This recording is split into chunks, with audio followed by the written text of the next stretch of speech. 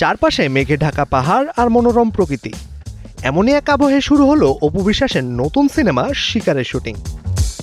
আর সেই যাত্রায় প্রথমবার বড় পর্দায় জুটি হয়ে হাজির হচ্ছেন অপু বিশ্বাস ও মুর্তজা পলাশ। বাংলাদেশ, ভারত ও নেপালের কলাকৌশলীদের মেলবন্ধনে তৈরি হচ্ছে এই সিনেমা। শুটিংয়ের প্রথম দিন স্পটে ছিলেন অপু বিশ্বাস, মুর্তজা পলাশ, বরদা মিঠু, রজতাভ দত্ত রনি ও জিল্লুখ্যাত শ্যাম ভট্টাচার্য সহ আরও অনেকে। প্রত্যেকের চোখে মুখে ছিল আনন্দের ছাপ। শুটিংয়ের ব্যস্ততার ফাঁকেও ছিল আড্ডা, হাসি আর ভক্তদের সঙ্গে ছবি তোলার মুহূর্ত। এরপরই শুরু হয় শিকারের আনুষ্ঠানিক যাত্রা। নিজস্ব রীতিনীতি ও নিয়মকানুন অনুসরণ করে সিনেমাটির মঙ্গল কামনায় প্রথমেই দোয়া করেন এর মূল অভিনেতা মুর্তজা পলাশ। এরপর নারিকেল ভেঙে সিনেমাটির শুভ সূচনা করেন অভিনেতা শ্যাম ভট্টাচার্য। শিকার সিনেমার গল্প নিয়ে অপু বিশ্বাস বলেন, নেপালে এসেছি প্রায় 3-4 বছর পর আবার সিনেমা শুটিং শুরু করলাম মানে একটি সিনেমা দিয়ে শুরু হয়ে গেল। সিনেমাটির নাম শিকার। আর আমার যে সিনেমা ডিরেক্টর রোমান এবং আমার কো আর্টিস্ট হিসেবে কাজ করছে, ফার্স্ট টাইম উনি হিরো হয়েছে, পলাশ ভাইয়া কাজ করছেন। খুবই ভালো লাগছে বিকজ এখানকার সিনেমার যে টিমটা নেওয়া হয়েছে বা হায়ার করা হয়েছে তারা অনেক আন্তরিক এবং অনেক বেশি প্রফেশনাল। এবং হয় না যে ক্যামেরার কারুকার্যের মধ্যে তো অনেক ডিফারেন্ট কিছু থাকে। এবং সব থেকে বড় ব্যাপার হচ্ছে যে মানে আমাদের যে ডিরেক্টর, আমি কখনো ওর ডিরেকশনে কাজ করিনি, তো ওর কাজগুলো আমার কাছে অনেক ভালো লাগছে। এবং মানে যেহেতু আমার অনেক বছরের কাজের এক্সপিরিয়েন্স, সেখান থেকে ওভারঅল খুবই ভালো লাগছে।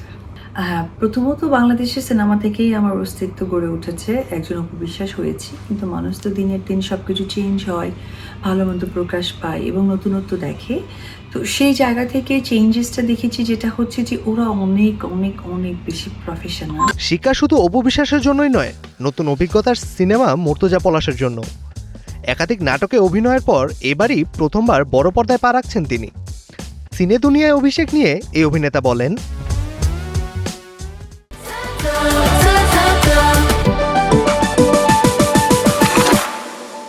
আমরা একটি মুভি নিয়ে নেপালে এসেছি। মুভির নামটি হচ্ছে শিকার। বেসিক্যালি যে গল্পটা হয়েছে, গল্পটার সাথে যে লোকেশনটা যায়, লোকেশনটার সাথে মিসম্যাচ করেই আসলে আমাদের নেপালে আসা। শিকার সিনেমার গল্পটা বেসিক্যালি একটা ক্রাইমকে কেন্দ্র করে, এর বাইরে আর আপাতত আমি ডিসক্লোজ করতে চাচ্ছি না। একটা ক্রাইমকে ছোট করে দেখানো হয়েছে, বেসিক্যালি এটা নিয়ে গল্পটা রান করেছে। নতুন জুটির পাশাপাশি শিকার নিয়ে আশাবাদী সিনেমাটির অন্যান্য শিল্পীরাও। তাদের প্রত্যাশা, গল্প, অভিনয় আর নেপালের দৃষ্টিনন্দন লোকেশন সব মিলিয়ে দর্শকদের জন্য আলাদা এক অভিজ্ঞতা হয়ে উঠবে এই সিনেমাটি। গল্পটা তো বাংলাদেশ এবং ইন্ডিয়ার বর্ডারের গল্প। আর্টিস্টটা শুধু কলকাতা এবং বাংলাদেশের, আর কলাকৌশলী রয়েছে কলকাতা, তারপর বাংলাদেশ এবং নেপালের যৌথভাবে। আর এই বড় একটা কাজের সাথে যুক্ত হওয়ার পিছনে যার সবচেয়ে বড় অবদান, সে হচ্ছে মুর্তজা পলাশ। আর এই সুযোগটা যিনি দিয়েছেন তিনি হচ্ছেন রেজা ফিল্মসের রেজা ভাই। আমি রেজা ভাইকে অনেক অনেক ধন্যবাদ জানাতে চাই যে আমার মতো একজন ক্ষুদ্র অভিনেতাকে এত বড় একটা সুযোগ দেওয়ার জন্যে। ছবির নাম শিকার। এটা রোমানের সাথে আমার অনেকদিন পরে কাজ, আর আমাদের সাথে আমাদের নায়ক রয়েছেন নবাগত, এটাই তার প্রথম ছবি। মুর্তজা পলাশ, অপু বিশ্বাস রয়েছেন আমাদের এই ছবিতে নায়িকা, আরও অনেকে রয়েছেন এখানকার গুণী মানুষ, মিঠু ভাই রয়েছেন, আরও অনেকে রয়েছেন। আমরা নেপালে কাজটা করছি। আমার কাজ প্রায় শেষ, এখন ক্লাইম্যাক্সের জন্য আমরা এখানে এই জায়গাটায় কাজটা করছি।